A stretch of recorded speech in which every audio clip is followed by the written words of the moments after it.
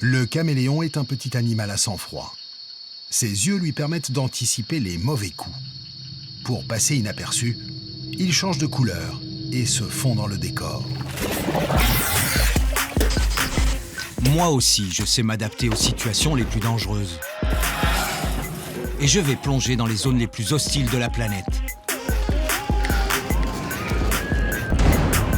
Je suis Sébastien Pérez Pezzani. Je suis un caméléon.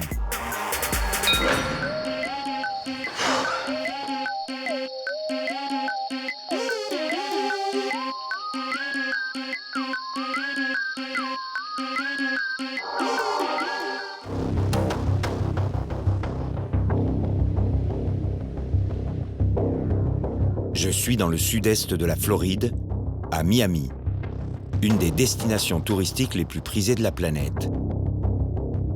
Mais pour moi, pas de plage et encore moins de palmiers. Je vais passer 10 jours dans les quartiers pauvres, le nez dans le bitume, au milieu des moteurs gonflés et des pneus brûlés. 10 jours à tenter d'infiltrer un monde de tarés, accro à la vitesse et à l'adrénaline qu'elle procure. D'un côté, les street races, les courses illégales organisées principalement par les enfants d'immigrés latinos. Nés aux États-Unis, ils ont vite compris ce qu'était la fureur de vivre, à l'américaine. De l'autre côté, les freeriders, les Noirs américains qui, eux, reprennent les codes de la horde sauvage à leur sauce. Pour entrer dans ces mondes secrets et inaccessibles, je vais devoir m'armer de patience. Je vais assister aux courses officielles, avec leurs stars comme Dani Rodriguez, le recordman absolu avec ses 295 km/h atteints en 1 km.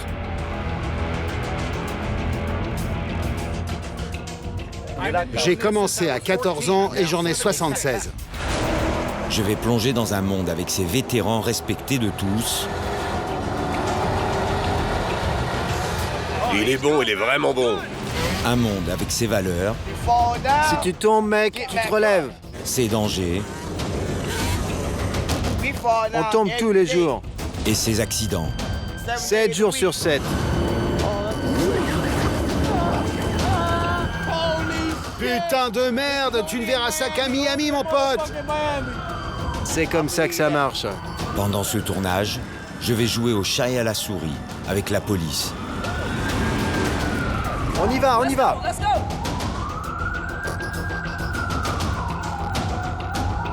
Je suis pas serein quand même. Oh. C'est physique, hein. Je vais participer à des courses de voitures Putain, c'est à plaindre, quoi. et à des rodéos urbains. 4 voitures de police qui nous suivent. Ils sont devant nous, ils sont derrière nous, ils nous entourent en fait.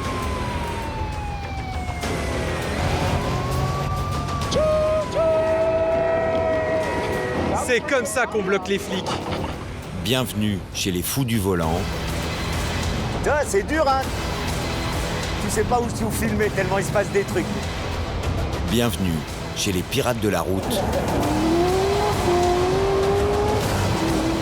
Bienvenue à Miami.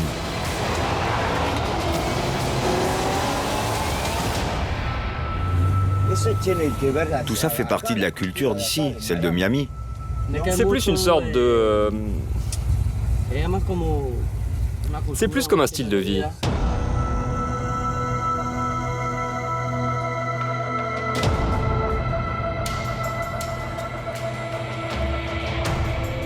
Aux États-Unis, quand on n'a pas de voiture, on n'est rien.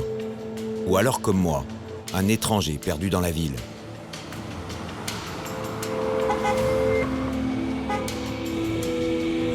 Mon but, aller sur Okeechobee Road, la route mythique où tous les cinglés de vitesse se donnent rendez-vous la nuit pour se défier. Un monde illégal et impénétrable. Une communauté d'une centaine de personnes qui, pour quelques secondes d'adrénaline, risquent la prison chaque nuit.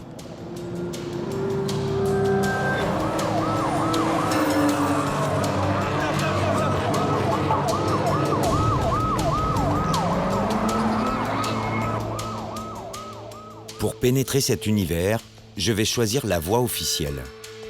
Chaque samedi, des courses sécurisées sont organisées. Une sorte de salle de shoot à ciel ouvert pour les accros à l'adrénaline. Elle se déroule loin du centre, sur un circuit adapté. Interdiction absolue de courir sans casque. Je sais que ceux qui sont là participent la nuit aux courses illégales. Je sais aussi qu'aucun d'entre eux ne m'en parlera ouvertement. Celui qui organise ces journées, c'est Mario. Une ex-star des street race. Il a plus de 1000 victoires à son actif. Tu peux y aller, éclate-toi. Pourquoi t'organises ces courses? Les courses sécurisées ont été créées parce que je voulais faire quelque chose de différent. Tout au long de ma vie, j'ai perdu des amis. Alors j'ai voulu changer tout ça. La vie est trop importante. Je voulais que les gens aient un lieu pour faire ces courses. On a repris les règles d'origine des courses illégales. On fait toutes sortes de courses. Les courses de pilotage, les départs lancés et les départs arrêtés. Si les gens viennent ici, c'est pour s'entraîner avant leur vraie compétition. Celle de la rue, la seule qui a de la valeur chez les street racers. Les pilotes se méfient des caméras. La seule manière d'établir le contact, c'est de parler de leur voiture. T'as transformé tout le moteur? La mécanique, oui. Toutes les pièces ont été changées. Combien ça t'a coûté? La voiture en elle-même, 33 ou 34. Après, j'ai changé le moteur, le turbo, les suspensions, les protections, les sièges, tout. 10 000, 15 000? Non, plutôt autour de 30 ou 40 000. Vas-y, montre-le-moi ce moteur. Tout ça, c'est changé. Tout. J'ai remplacé le moteur, j'ai changé les pistons, toutes les pièces qui étaient à l'intérieur, tout ça pour gonfler le moteur.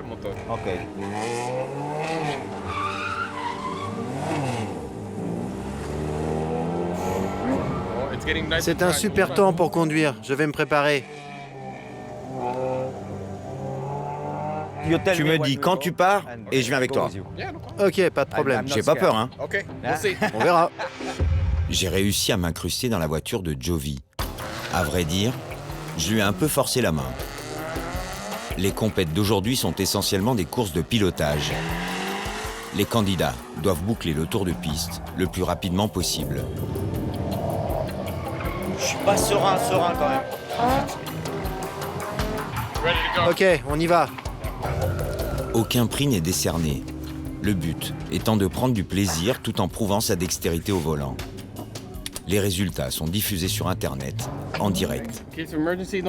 En cas d'urgence, ne t'inquiète pas. Tu tournes juste là et ça se débloque d'un coup. Facile. Et tu me suis. Il faut courir dans la bonne direction.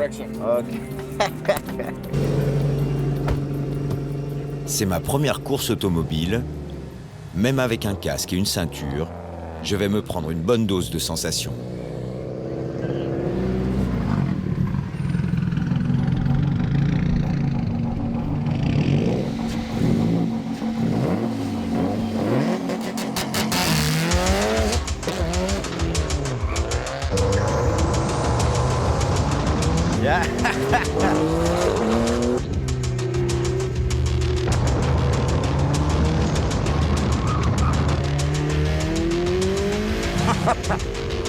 C'est incroyable.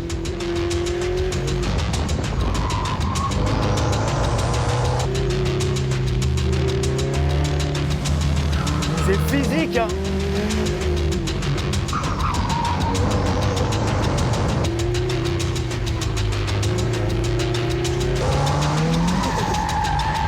Wow.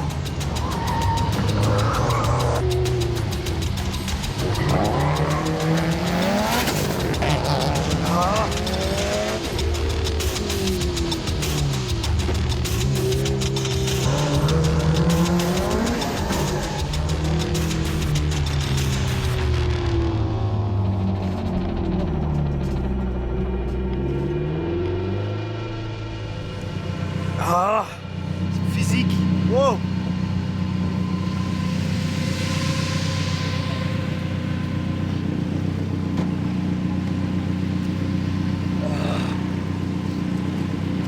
Putain, ça blingue, quoi.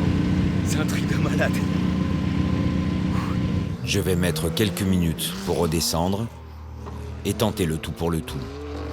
Il me faut absolument un contact pour les courses illégales, et Jovi en a peut-être.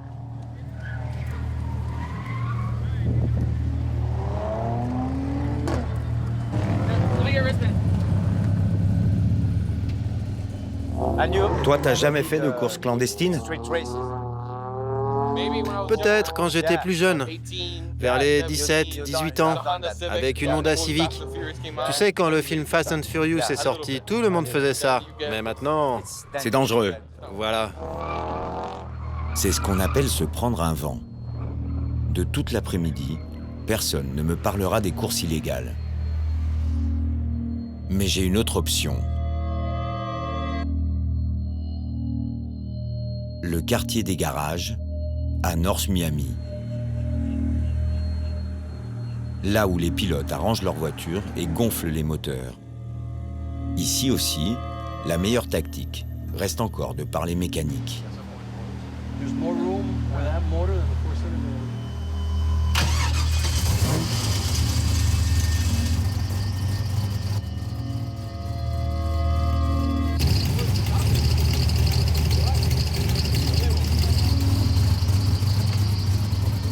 T'as seulement acheté la carrosserie. Non, c'était un 4 cylindres, une Mustang, et je lui ai enlevé tout ce qu'il y avait dedans.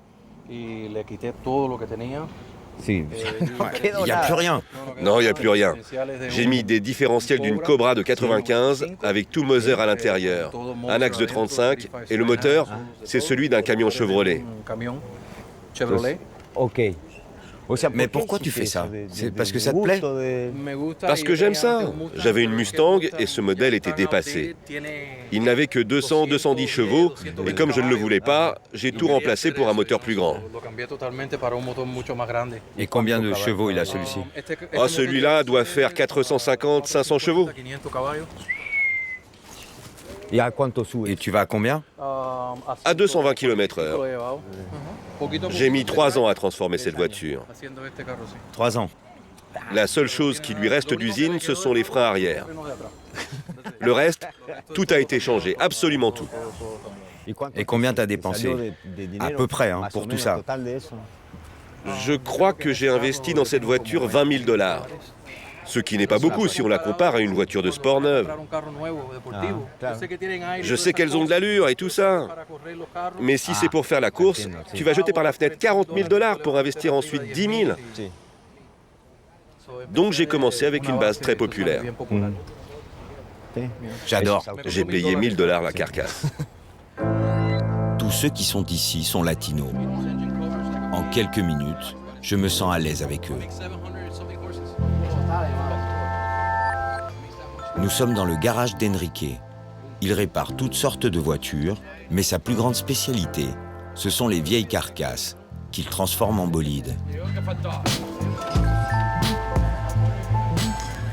Ça, c'est le moteur d'origine. J'ai acheté la voiture comme ça. Et tu vas tout changer. Tout. Il ne va rien rester de tout ça. Je vais couper là. Je vais tout couper et tout enlever. Je vais changer tous les panneaux. Et je vais mettre un turbo plus gros. Un truc comme ça, mais beaucoup plus puissant. Dans la bande, il y a aussi Dario. D'origine cubaine, il a acheté sa première voiture il y a 6 mois.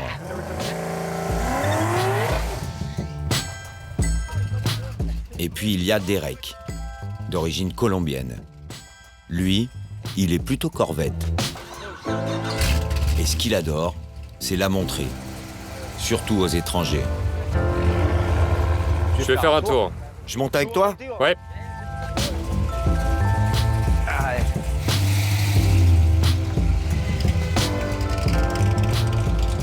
C'est parti pour une balade qui s'annonce plutôt tranquille. Il va me parler voiture, et moi, une fois de plus, je vais essayer de parler de course illégale. Tout ça fait partie de la culture d'ici, celle de Miami. C'est plus une sorte de...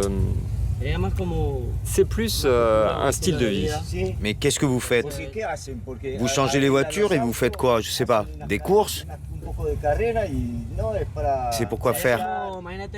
Imagine-toi un enfant qui grandit. Et tout ce qui l'entoure, c'est les voitures. Ça vient de son père, de son grand-père, c'est tout son monde. Et c'est comme ça tous les week-ends.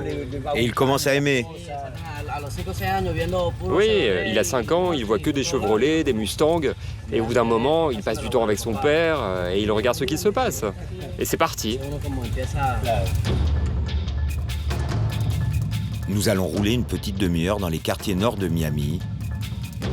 Et puis nous allons passer dans une zone propice à une petite accélération.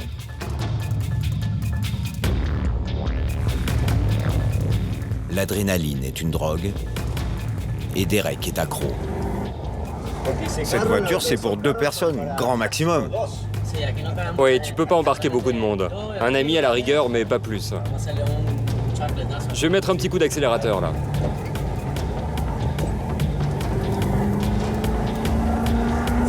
On a le droit de faire ça? Non.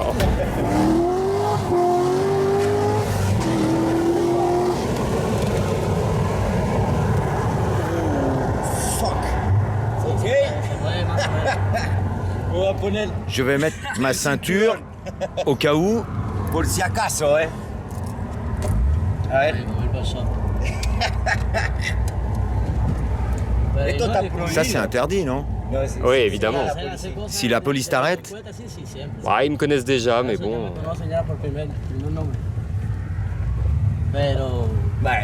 c'est pour le plaisir. Oui, c'est un coup d'adrénaline. C'est de ça dont il s'agit. Je sais que c'est pas la meilleure des choses à faire. Mais bon. Mais il y a des endroits où tu peux faire ça. Des endroits sécurisés. Oui, je sais, mais disons qu'avec des amis, on préfère organiser les choses. Disons qu'un jour de la semaine, on va dire un mardi, chaque mardi à 9h du soir, on va sur Okeechobee, on se réunit, on est une dizaine, et on fait nos trucs en mode commando. On est une patrouille, on se retrouve et on fait la course. Je sais maintenant que Derek fait des courses illégales et qu'il les fait sur Okeechobee Road. Une autoroute idéale pour les courses à départ lancé. La règle est simple, les chauffeurs roulent doucement sur une distance donnée. En bloquant la piste, ils libèrent devant eux un espace sans voiture. Quand la voie est libre sur un peu plus d'1 kilomètre, ils lâchent leurs chevaux.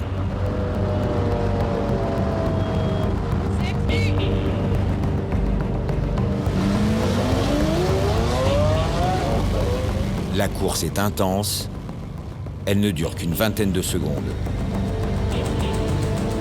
Mais la moindre erreur peut être fatale. À Miami, chaque semaine, il y a 3 morts sur Okeechobee Road. Deadly crash. Just before 2, a driver lost control and collided with a palm tree along jog south of Okeechobee Boulevard, according to authorities. Oui, ça arrive souvent. Mais voilà le problème. Il y a 5 ans, on avait une piste tout près d'ici, mais la ville l'a fermée. La ville l'a fermée parce qu'il y avait sous terre une pierre qui avait beaucoup de valeur pour les Indiens. Ils ont détruit toute la piste. Et nous, notre vie, toute notre vie, c'est les courses de voitures. Je sais pas comment t'expliquer, mais c'est comme ça. On peut pas arrêter de faire des courses. C'est pas possible.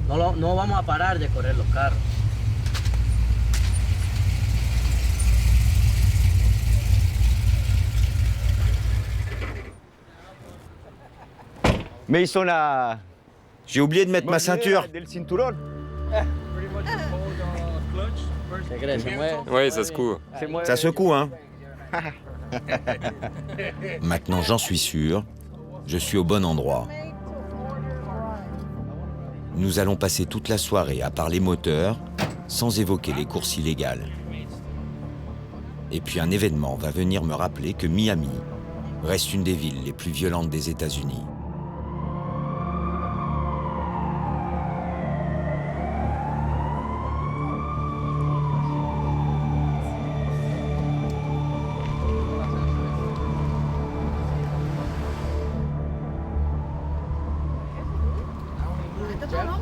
Qu'est-ce qui se passe?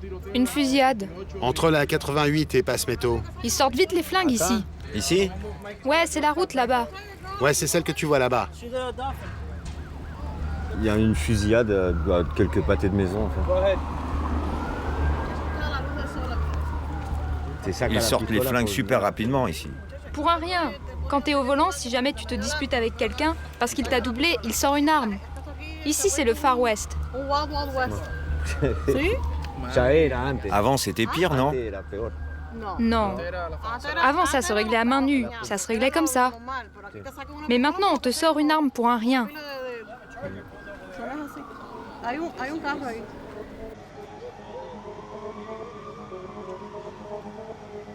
Il est 18h. Dario, le Cubain, me propose de monter dans sa voiture. Lui, son truc, c'est les Mustangs.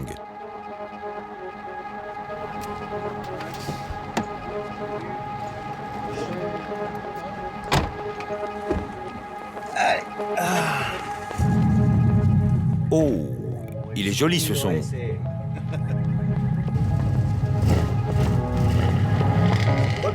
T'as quel âge, toi? 19 ans.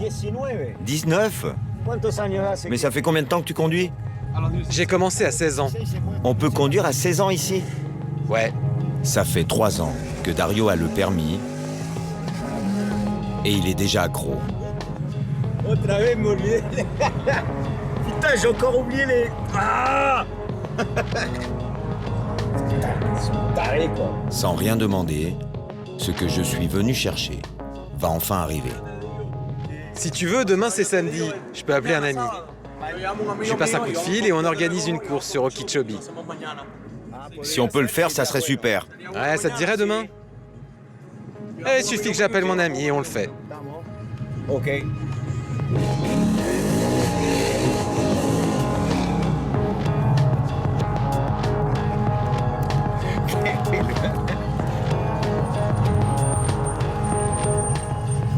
Regarde, regarde.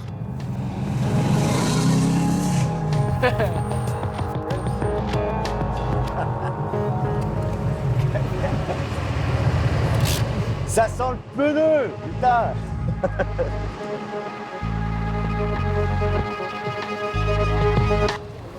On peut... C'est des flips d'adrénaline, je crois. Putain, c'est un shoot. Ça y est, j'ai mon premier contact direct et peut-être une entrée pour pouvoir assister à une course. C'est la première nuit que je passe à Miami. Je sais que ce soir, comme tous les soirs, les street racers vont prendre la route d'Okeechobee. Et comme chaque soir, ils vont risquer leur vie et celle des autres.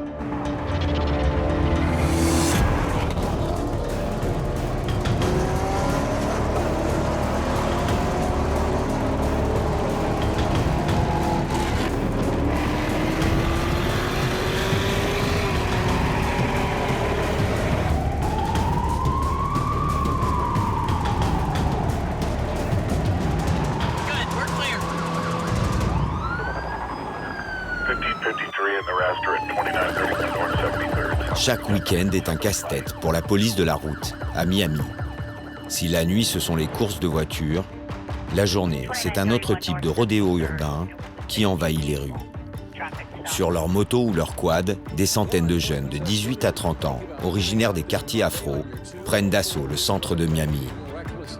Leur credo, se réapproprier les rues d'une ville qui les rejette. For safety, for the rules of the road, do what you want Monday, I guess. And police are allowing this. Stop it. Gotta stop it, folks. Shut it down, Florida.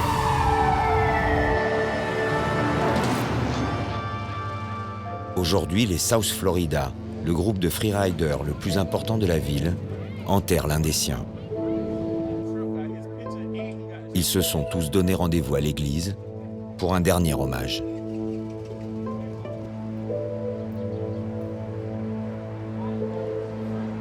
En signe d'apaisement, la police leur a privatisé exceptionnellement la route pour quelques figures. Mais le cœur n'y est pas.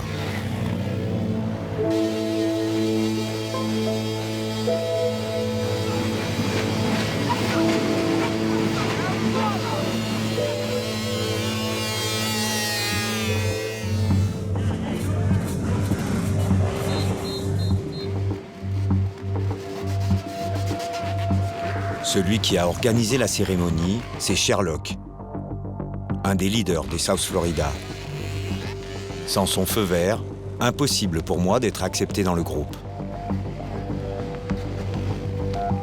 Leur devise, c'est Wheels Up, Guns Down, qu'on pourrait traduire par roue levée, armes baissées. Ce clan est né il y a une dizaine d'années et a permis de réduire la violence dans les quartiers pauvres de la ville. Leur ami est mort il y a 2 jours, tué par balle.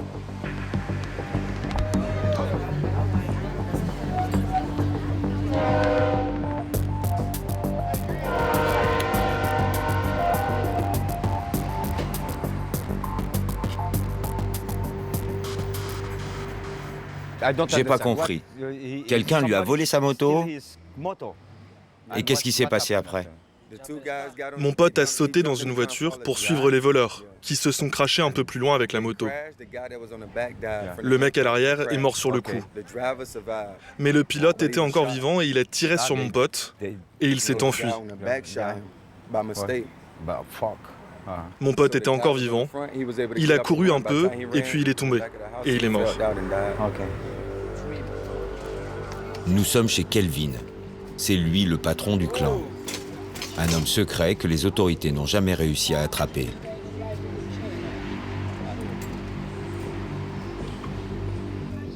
Ces lieutenants vont me parler de la philosophie des South Florida.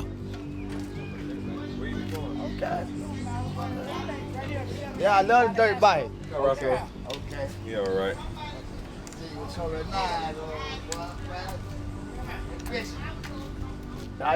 Moi, c'est Sébastien. Sébastien, t'es français? Oui, je viens de France. Content de te rencontrer. Moi aussi. Toi, t'as une moto? Ouais, j'en ai une. Elle est pas très rapide, mais ouais. J'ai une bécane, un dirt bike, une motocross. J'ai la meilleure. Je la sors souvent. On roule en meute.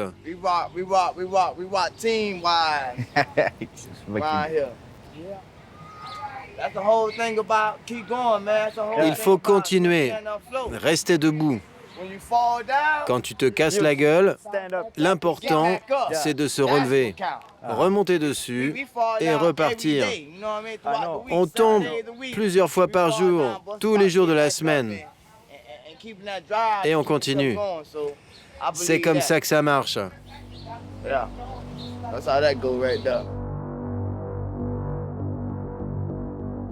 En 10 ans, ces cinglés du guidon ont remplacé les gangs ultra-violents qui terrorisaient le quartier. Une vie dédiée aux 2 roues qui a permis de sortir de la spirale de la violence.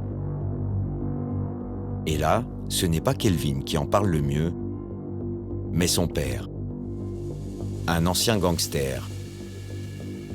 Ici, avant, c'était lui le caïd. Mais grâce à son fils, la donne a changé. C'est un super mouvement. Oui, parce que c'est pacifique. Ça permet de garder l'esprit loin de toutes ces merdes. C'est ce qu'ils essayent de faire. Armes levées, non, pardon. Armes baissées et roues levées. Tu vis et t'apprends, mec. C'est quoi ces tatouages? Tu les as fait quand? C'est quand je suis retourné en prison. J'y suis resté 15 ans. 15 ans? Je ne veux plus entendre parler de ça. Je ne veux plus de tout ça. Je peux te demander pourquoi t'es allé en prison? Bah, pour tout. Dis-moi. Trafic de drogue, braquage, des conneries comme ça. J'essaye de vivre maintenant. C'est uniquement ça. Vivre, vivre, vivre. Je veux voir mes enfants grandir. Beaucoup de gens sont morts autour de toi. Ouais. Dimanche, ça va envoyer. Ouais, mec. On va faire quelques petits trucs. On va aller en ville, dimanche. On devrait refaire un petit hommage. Il va y avoir pas mal d'actions. Tu vas voir ça. Kelvin et sa bande veulent marquer le coup. Ils m'ont donné rendez-vous pour le plus grand rodéo de l'année. Demain, ils prendront la ville illégalement pour rendre un dernier hommage à leur ami. J'ai attendu l'appel de Dario, celui qui m'avait promis une course sur Okeechobee Road. Mais rien pour ce soir. Alors je vais en profiter et retourner voir une course officielle. Celle de cette nuit se déroule à 100 km de Miami. C'est no man's land, quoi. On est perdu dans la campagne. Cette fois, ce sont des courses à 2 voitures, départ lancé. Exactement comme les courses illégales. Plus de 1000 personnes se sont inscrites. Les meilleurs pilotes de Floride sont venus. Ici, je vais trouver la crème de la crème.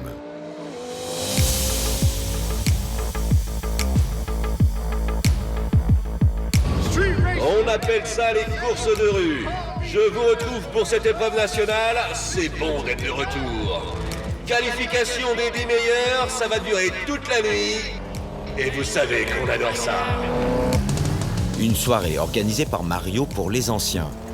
Ceux qui ont fait l'histoire des courses clandestines et qui ont décidé d'entrer un petit peu dans la légalité. Ils viennent ici se faire leur shoot d'adrénaline. Parmi eux, Danny Rodriguez, le recordman toute catégorie. L'homme le plus rapide de la région.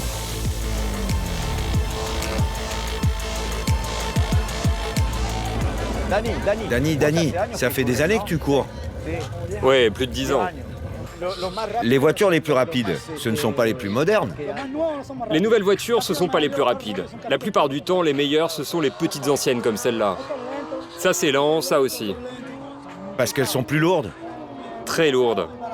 Et pour augmenter la puissance, ça te coûte très cher. Et c'est très compliqué. Et t'as quel âge? Moi, 33. Tu vas arrêter quand de courir? Jamais. Jamais j'arrêterai. Je ferai toujours ça. J'ai les mains dedans, je peux pas arrêter. Je suis fier de ça. L'atout de Danny, une vieille Honda Civic qu'il a transformée en dragster à moindre coût. Avec les réseaux sociaux et les sponsors, il gagne chaque mois plus de 30 000 €. Chacune de ces courses est suivie par des centaines de milliers de fans sur Internet.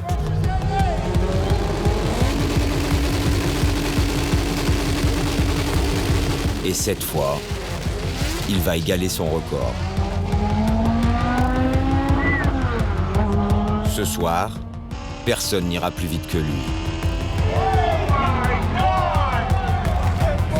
270 km/h. Ah, ça c'est un pilote, mes amis. Ils sont nombreux comme Danny à ne pas pouvoir envisager une vie sans course. Et je vais tomber sur le plus ancien de ces toxicos, Steve, le doyen des pilotes. C'est pour le fun. Vous aimez ça, la vitesse? J'ai commencé à 14 ans et j'en ai 76.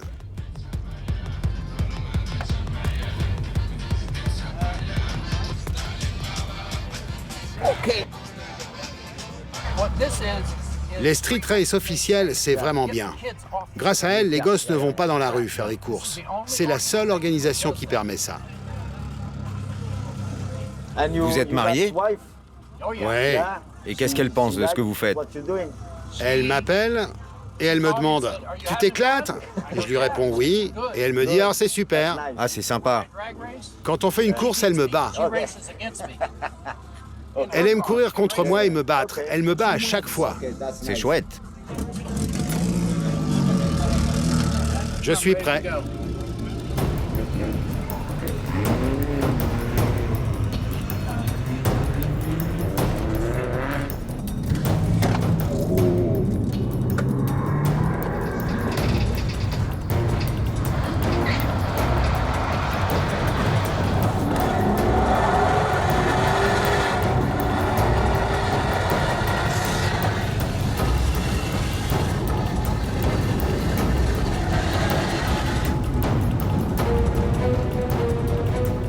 195. Il est bon, très bon, il l'a fait, sans danger et sans accident. C'est ça le projet. C'est ça la priorité. That's a hell of a driver right there. 195 km/h? Ouais. Bien. Il semblerait que pour Steve, le shoot d'adrénaline ne soit pas suffisant.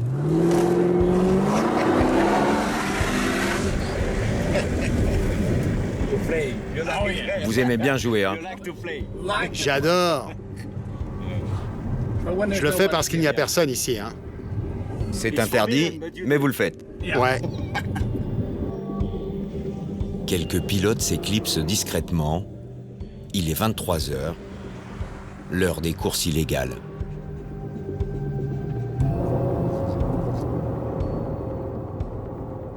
Je ne sais toujours pas si Dario va courir ce soir. Je n'ai toujours pas reçu son appel.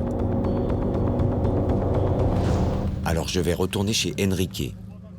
Son garage ne ferme jamais. Chaque nuit, c'est un défilé de clients qui viennent ici réparer leurs voitures et changer des pièces pour les rendre plus puissantes. Enrique possède surtout un équipement qui permet aux pilotes de mieux connaître leur voiture.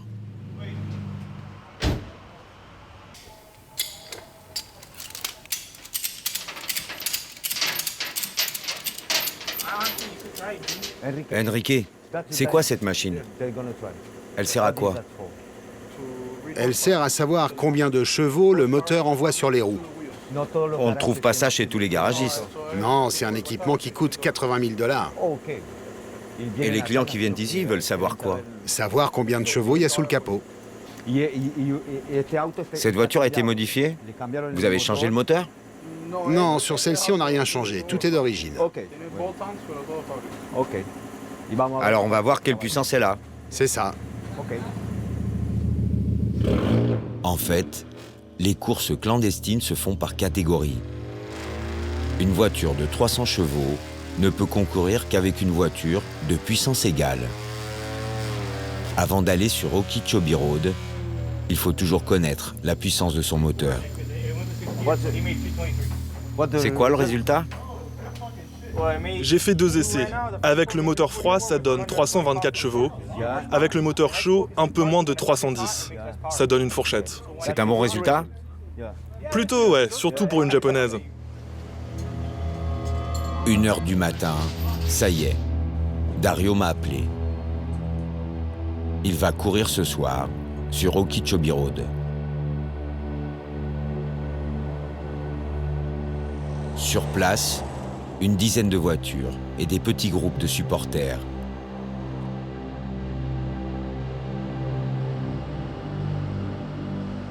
Pas besoin de parler. Pour déclencher une course, on annonce le nombre de chevaux qu'il y a sous le capot. Si les voitures sont dans la même catégorie, le duel peut commencer. Tant que la police n'apparaît pas, la compétition sauvage continue jusqu'au lever du soleil.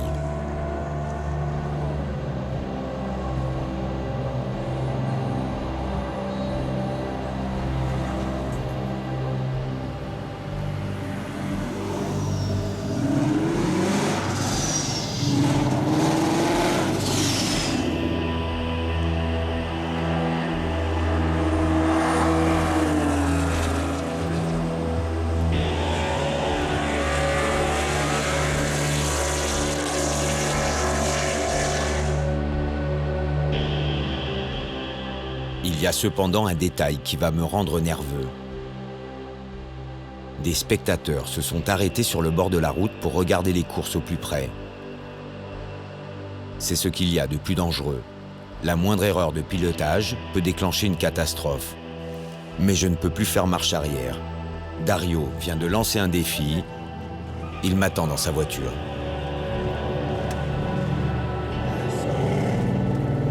Tu vas courir ? Oui, j'ai pas trouvé mon pote, je connais pas le mec.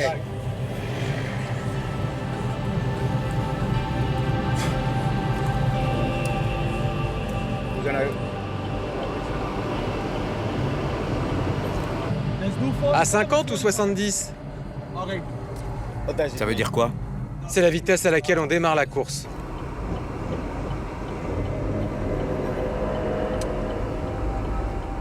Pour bien préparer la course, nous allons rouler doucement pendant 1 km, de manière à retenir les voitures derrière nous et laisser celles de devant s'éloigner.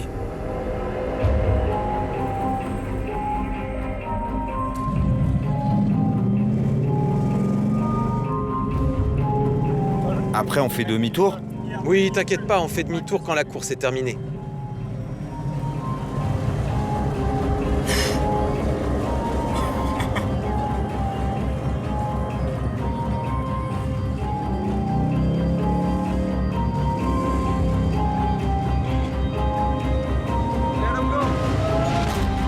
venons d'atteindre 50 km/h. Le duel peut commencer.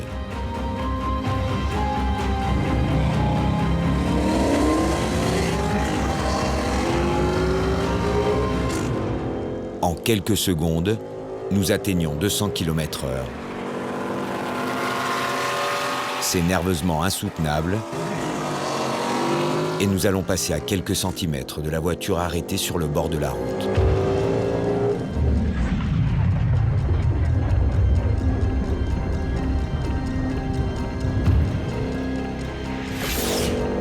C'est bon, j'ai ma dose, mais pas Dario.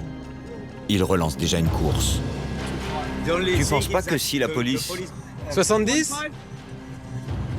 Encore une ? Oui. Tout à l'heure, on est parti à 50 km/h. Maintenant, on démarre à 70.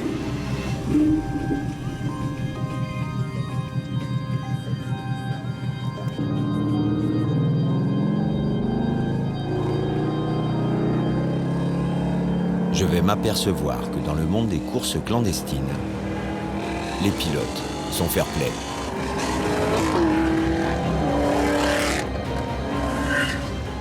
Dario a manqué son changement de rapport. Il aura le droit à une autre chance. J'ai pas bien passé la 3e.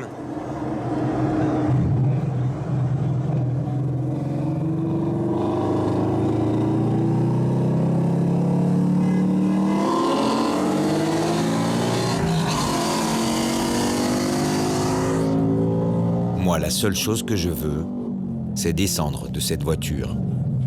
J'ai en tête tous les accidents que provoquent ces courses clandestines. Dario, lui, va continuer toute la nuit.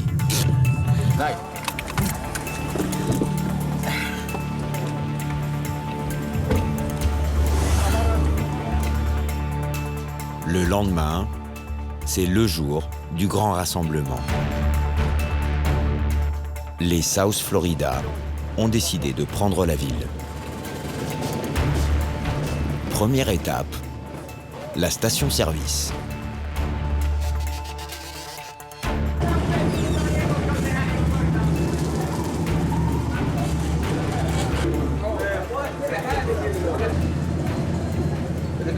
C'est bon, hein? On a assez d'eau. Pour l'occasion, j'ai loué un pick-up. Je veux pouvoir les suivre et les filmer au plus près.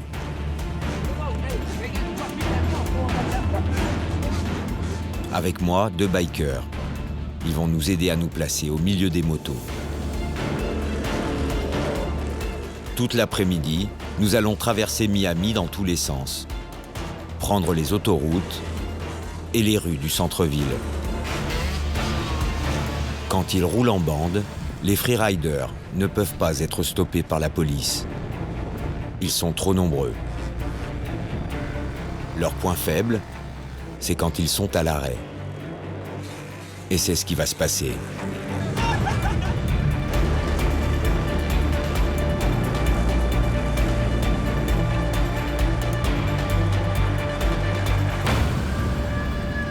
L'un d'eux a voulu sauter sur une butte sans voir le ruisseau qui était derrière. Il faut évacuer avant l'arrivée de la police. Putain de merde! Tu ne verras ça qu'à Miami, mon pote! On ne peut pas laisser la machine ici.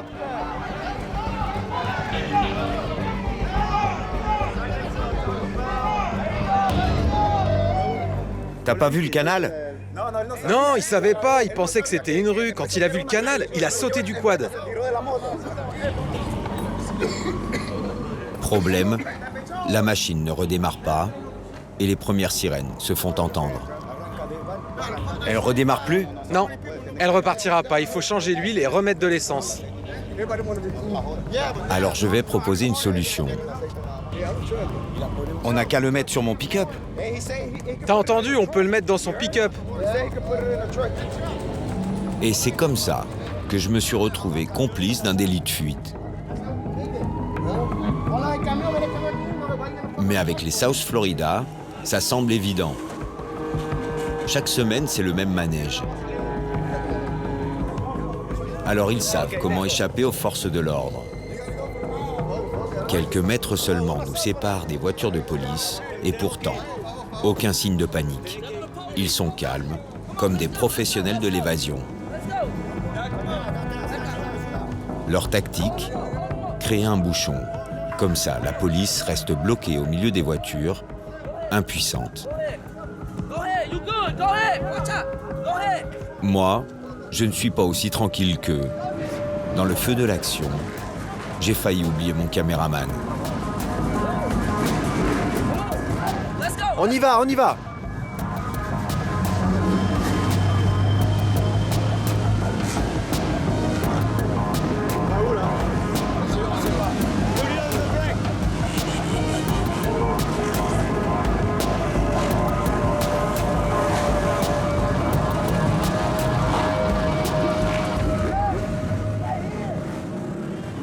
Comme prévu, la police ne se lance pas à notre poursuite. Trop dangereux.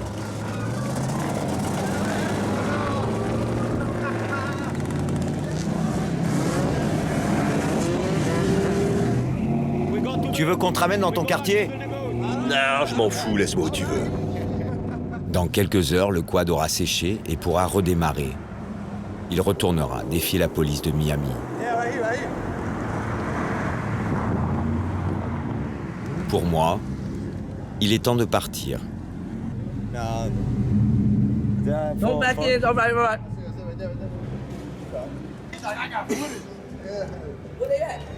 Hey, boy, that's going on YouTube or what? Il est 4h10, hein, ça. Man, I've been tied to the game since I go.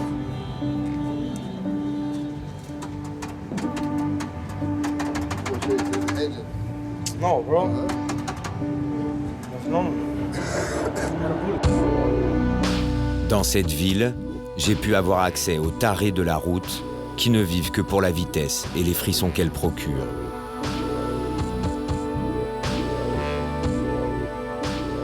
Les shootés à l'adrénaline, qui aiment jouer avec le danger. Les South Florida continuent chaque week-end à envahir les routes des quartiers chics. Chaque nuit, des courses illégales sont organisées par une jeunesse en mal de sensations.